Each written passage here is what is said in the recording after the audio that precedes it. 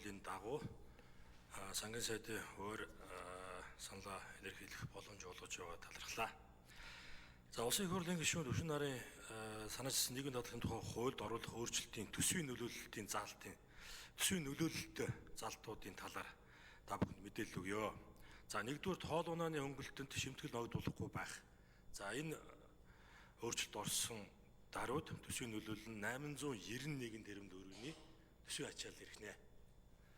Хоёрдугаарт ажил олгогчийн шимтгэл төлөх цалин өсний хэмжээнд дээд хязгаар тогтоовол даруйд 175 тэрбум төгрөгөөр төсөв дээр одоо асах ачаалал ирнэ гэсэн үг. За гуравдугаарт хөлсөөр ажиллах гэрээ байгуулан ажиллаж байгаа гэрээд ажилтгчдын шимтгэлийг чөлөөлөхөд 127 тэрбум төгрөгийн сөрөг ачаалал төсөв дээр ирэх нэ.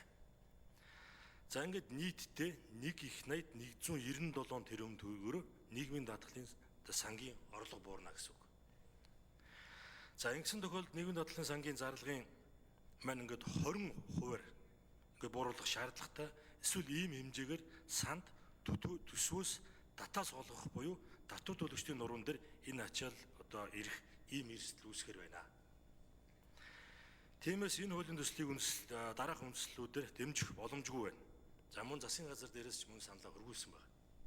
За нэгдүгээрт нийгмийн даатгалын сан ажил олгогч, даатгуулагч төрөөс төлсөн шимтгэлээс бүрдэж буцаад зардал гаргадаг ийм сан. Жилдээ жилийн эцээр одоо тэг үлдэгдэлтэй гардаг ийм сан. Нийгмийн даатгалын сангийн орлогыг бууруулж байгаа нөхцөлд нөгөө талд улсын төсвөөс татаас нэмэгдэх сөрөг үр дагавар үүснэ. Тиймээс улсын төсөвт ирэх ачааллыг одоо дахин тооцоолж одоо энийг нийлүүлэх шаардлагатай байна. Хоёрдугаарт орлогоо бууруулад зардал нь өсөд байвал нийгмийн даатгалын сангийн орлого зарлагын тэнцвэртэй байдал алдагдана. Нөгөө 20 гаруй жил явж ирж байгаа энэ чөтгөрийн тойргоос бид нар улам гарч чадахгүй улмал энэ маань гүнзгийрэх нэ. Нийгмийн даатгалын тогтолцооны шинжил улам алсарна гэсэн үг. За тооцоотой судалгаатай зардлаа яах вэ гэдгээ хэдүүлээ одоо бодох хэрэгтэй байна.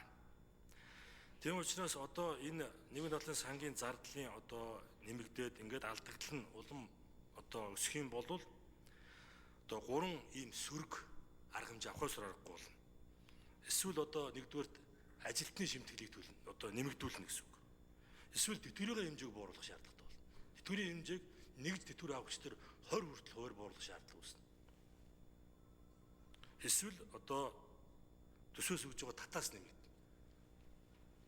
Энэ татаас дотор төр өөрөө өгөх мөнгө байхгүй, татвар төлөгчдийн мөнгөөр л эргээд төлөгдөнө гэсэн үг.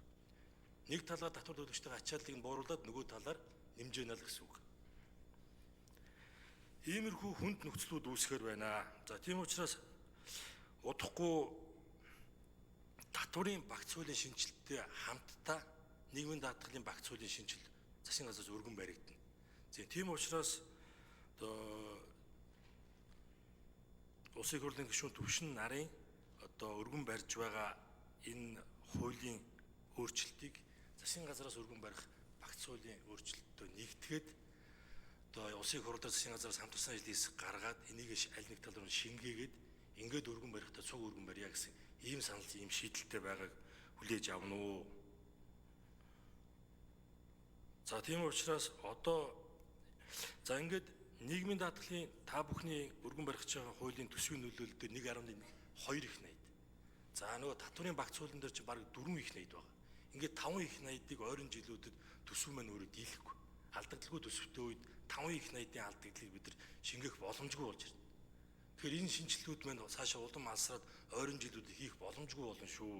Тийм учраас бүгдээрээ дахиж эргэж тооцоон дээрээ суугаад, дундын хуулбар дээрээ суугаад, за тэгээд одоо хуулиа санаачлагуудаа нэг тал руу шингээгээд ингээд явбал яасан бэ гэдэг ийм саналыг та бүхэнд хэлэх байна. За баярлалаа.